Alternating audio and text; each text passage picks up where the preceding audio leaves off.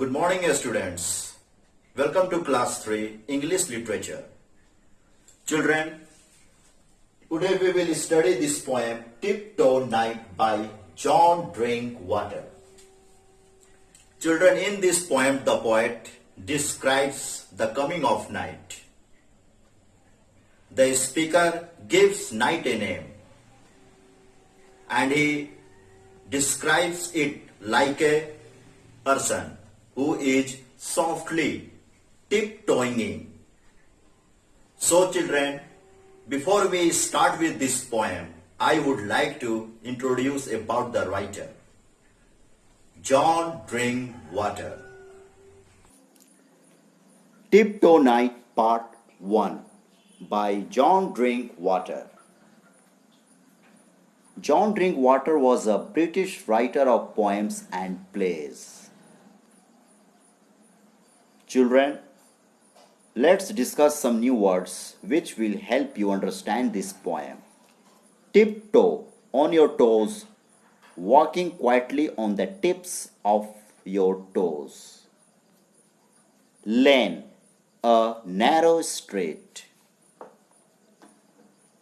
Footfall, footsteps, the sound of each step when you walk. Shy, a long deep breath that can be heard. Ripple, a small wave. Reckon by, think, imagine. Hush, a way of saying be quiet. Now children, I am going to read this poem. Tiptoe Night by John Drinkwater. Tiptoe Night comes down the lane, all alone without a word, taking for his own again every little flower and bird.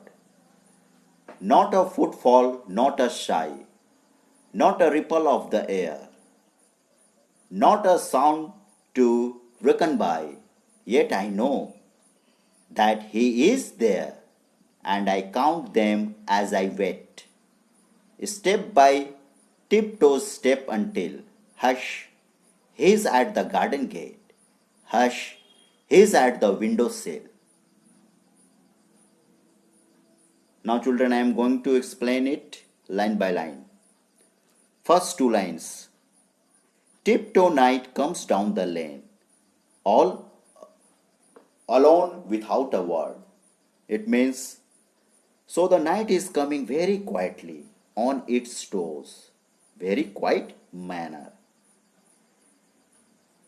It is coming without a word, quietly, all alone it is coming. Next two lines.